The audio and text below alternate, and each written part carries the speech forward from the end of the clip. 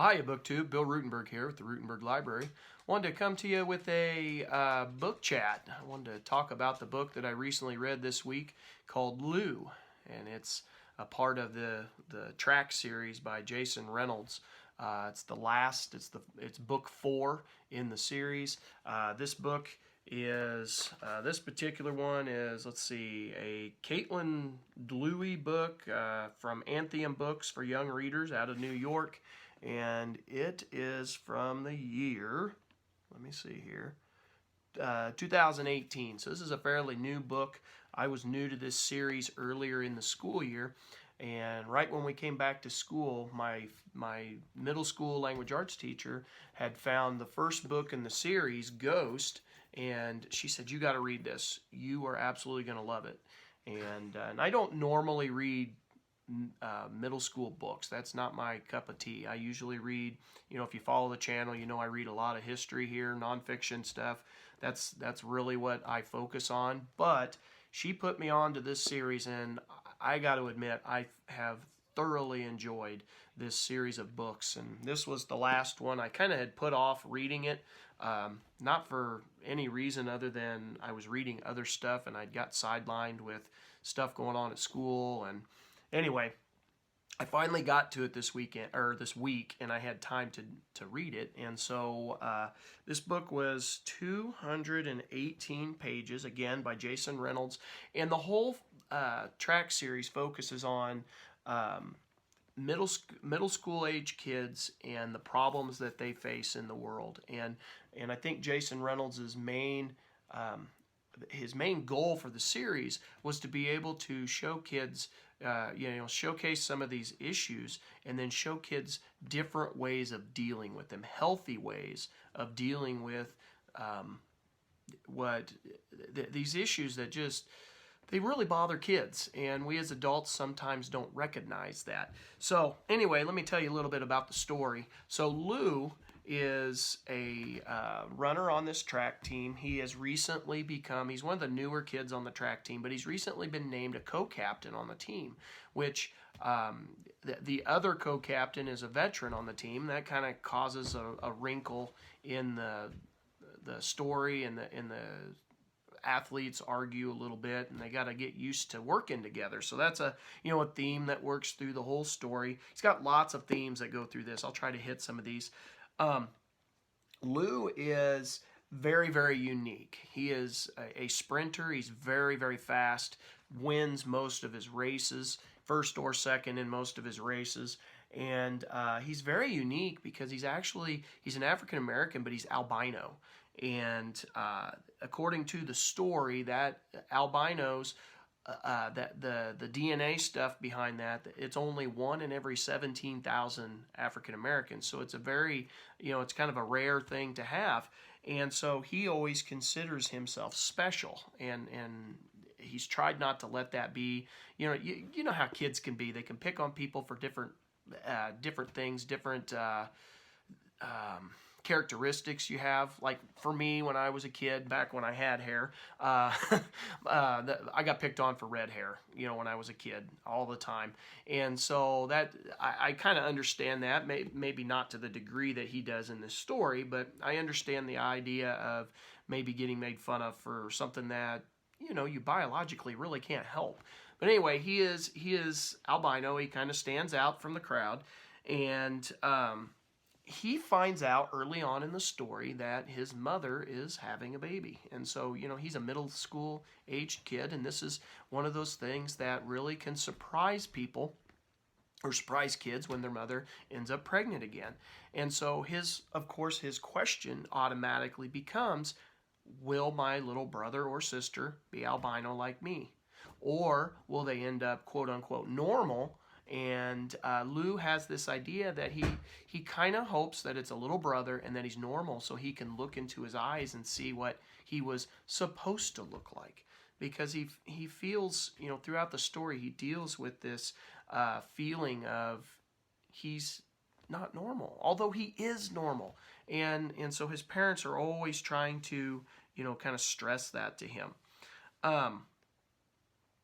And then another thing in the story that really becomes abnormal is his mom wasn't supposed to be able to have kids, and now she's ended up pregnant twice. And so that's kind of a unique part of this. And you know, there's mothers out there that all the time they're told by the doctors you're never going to have kids again, and then they end up with kids. And so, you know, you can't always trust that kind of stuff. I mean, you can rely on medicine, don't get me wrong, but there's always that, you know, when lightning can strike. That's how Lou in the story, he always puts it. He was like lightning, like a lightning strike. You know, it only happens every so often.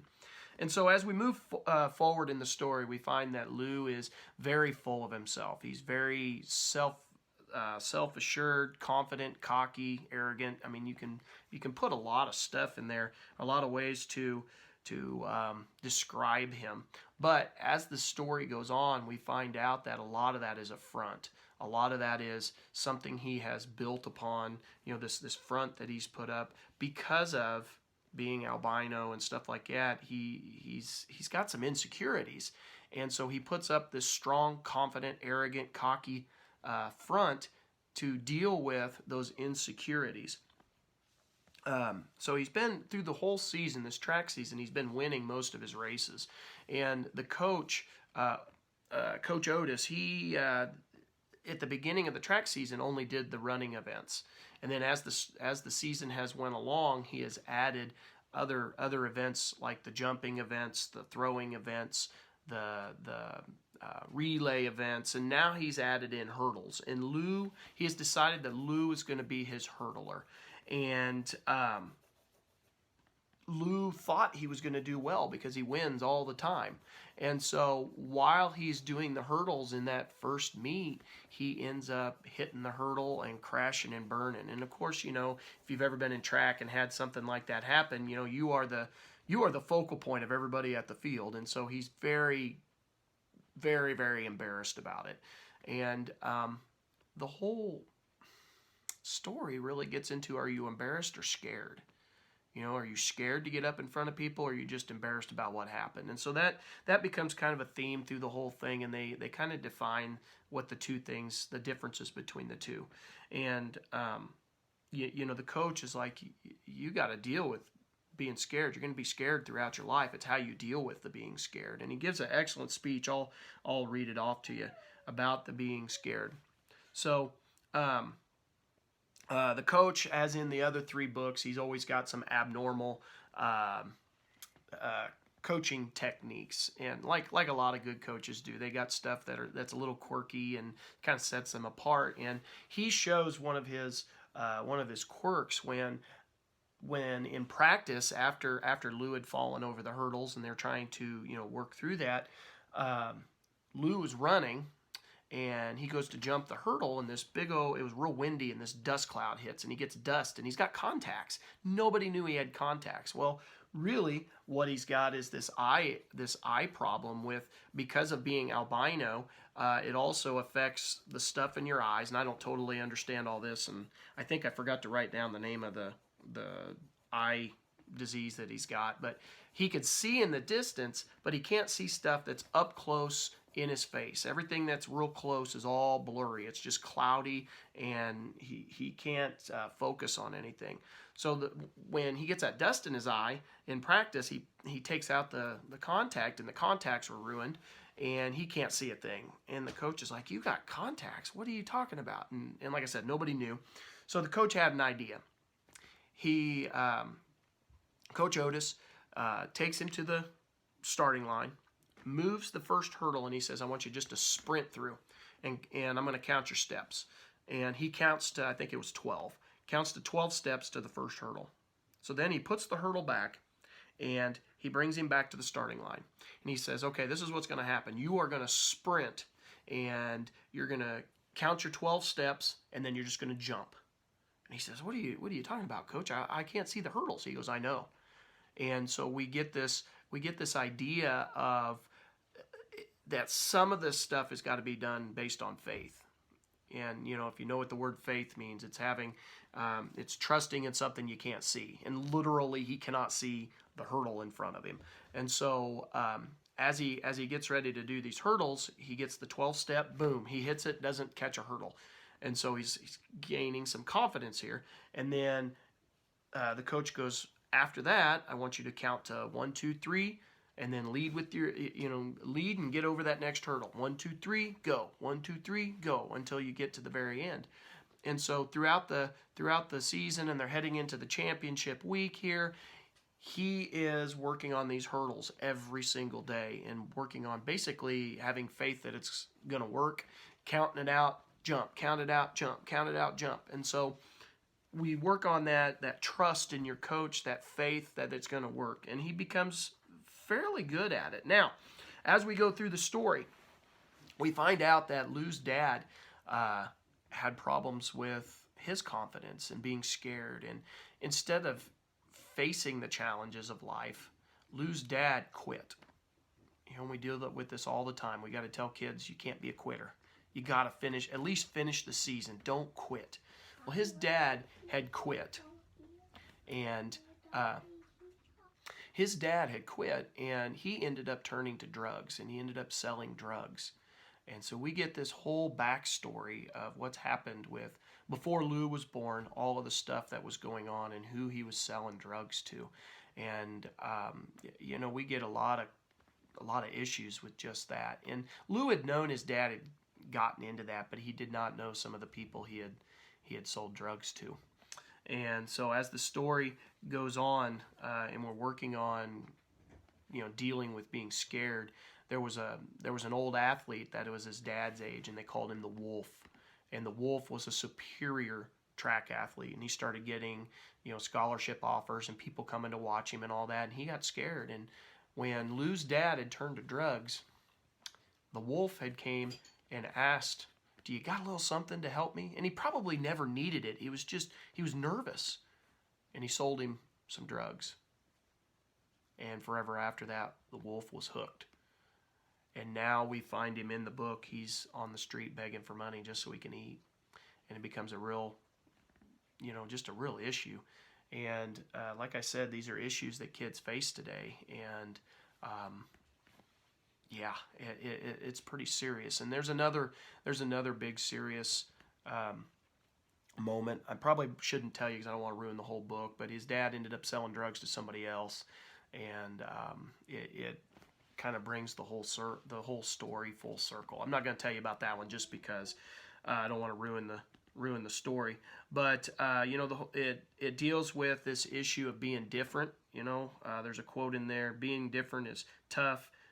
Being different is different." And Lou worries about that for his little brother or sister. His parents are always trying to encourage him just because they know he's different and they know the challenges that he's going to face. So he finds out a little bit later that the new sibling's going to be a girl. And so then he's got to, not only is he getting a new sibling, then he's also got to deal with the fact that it's not a boy, it's a girl. And so we get that issue that we see in kids all the time. Let's see. One of the themes going through this book is Lou is always running. All his life he's running. Not just like in reality on the track, but he's running from the issues of being different. He's running. He has this kid at school that picks on him all the time. He calls him Smelvin Kelvin Jefferson. And when he came basically nose to nose with him, he ran from him. He was scared. And so he's really trying to overcome those issues.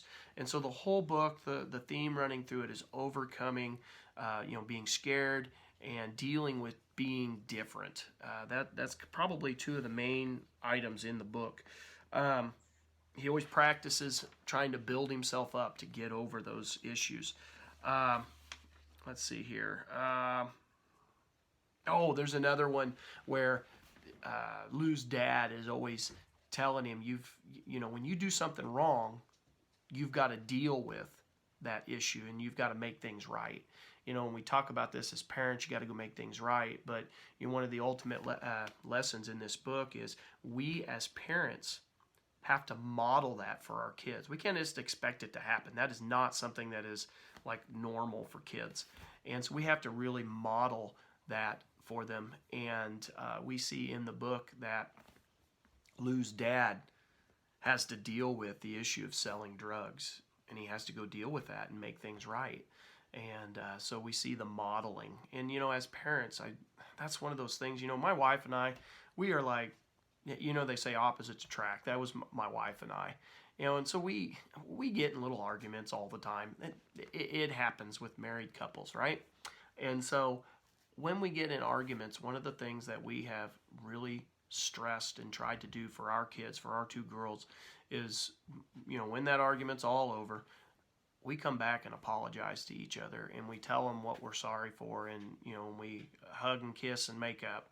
And we try to make sure that our kids see that, because that is the right thing to do, making things right. And, if you did something wrong, not only saying sorry, but if you got to do something else to make that right. We are always trying to model that for our kids. I didn't necessarily do that very well when I was a young parent. I wish I would have maybe read this when I was younger so that I would get that idea. This is probably more in the last 10 years of marriage that we've kind of learned this. The first 9 years, maybe not so much. But it's one of those things I would advise all parents to do, is model for your kids what it's like to make things right and to say you're sorry and then not hold grudges. And we see that in the book with Lou and his dad dealing with those issues. I just think that's real important. So one of the things at the end we see is, this was kind of a quote. Well, never mind. I just told you about that. Let's see here. Here. In the very end of the book, the coach is talking to his players, and he's talking about being scared and doing the things that are tough in life. And he says, I'm not perfect. None of us are. And what we learn is that we push. If we aren't scared to be scared, if we aren't terrified of being uncomfortable, if we can trust ourselves and be honest about where we fall short, where we miss the bar, and can accept a little help, which we all need sometimes, we can be good. And he's talking about on the track, in sports, but he's really talking more about in life itself. We all make mistakes, and we got to make things right. And we got to work towards making things right, and work towards being better human beings, especially towards one another. And when somebody's offering to help us, we got to be willing to accept that help. Don't have so much pride that you can't, don't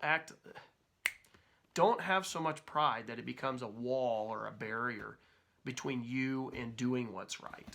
So anyway, I really liked this book. Again, Lou, it goes through, the week before the championship meet, and leads right up to the championship meet. It's a story about life. His whole series, this track series, it started with book 1, Ghost, book 2, Patina, book 3, Sunny, and now book 4, Lou. I really think that Jason Reynolds has hit a home run with this and done very, very well with teaching kids life's lessons. So anyway, I'd highly recommend this series. They're very quick reads. Go check it out. This has been Ruttenberg's book chat, and I hope you enjoyed this. I hope you go out and check this book out. Highly recommend it. For a middle school book, I'd probably give it 5 stars. I think the lessons in this book are that good. So until next time, BookTube, happy reading.